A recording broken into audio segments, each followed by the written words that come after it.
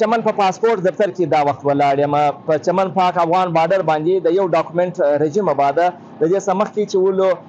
چمن پاک افغان بارډر باندې خلکو عام د دازې اولس چې دی هغه پر شناخت باندې پر بارډر امر درافت کاوي دغه بعد وان ډاکومنټ رژیم رالی چې هغه په خلاف درنا اوس هم دوام لري خو دویم طرف ته حکومت بلوچستان د عام اولس لپاره چې دی هغه د پری پاسپورت اعلان وکړي ریاست پاکستان د خلکو د پاسپورت پیسې کم دی هغه په خپل ورکي د دې پری پاسپورت اعلان بعد د چمن شهر ډیر خلکو چې د پاسپورت د جوړولو د لپاره پاسپورت دفتر ته راتګ شروع شو په پاسپورت دفتر د مسلې مسایل لپاره نن ډیپټي کمشنر حبیب احمد بنګازي صاحب دوره وکړ او د خپل د ساره سناستي د وخت دا وخت پورې چې د عام ولس خپل شکایت اوري په دې باندې زما سره ځینې خلک موجود دي دا غوښتنه پوښتنه کو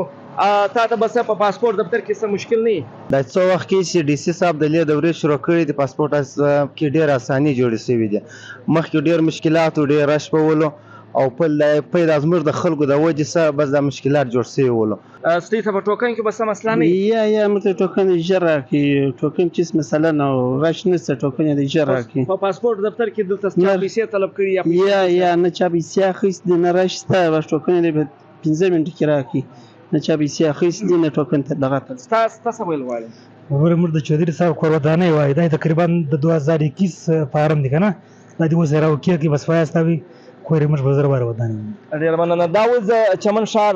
اوسیدونکو ځینې خلک چې هغه زیاته کله چې د پاسپورت په افیس کې مخکې د دې سم مسلې مسایل هلو خو چې ډیپټي کمشنر د متواتر دلته د دورو په وجه هغه مسلې مسایل ختم شوي دي او عوام ته په پاسپورت جوړېدو کې اوس اسانیانې پیدا شوي دي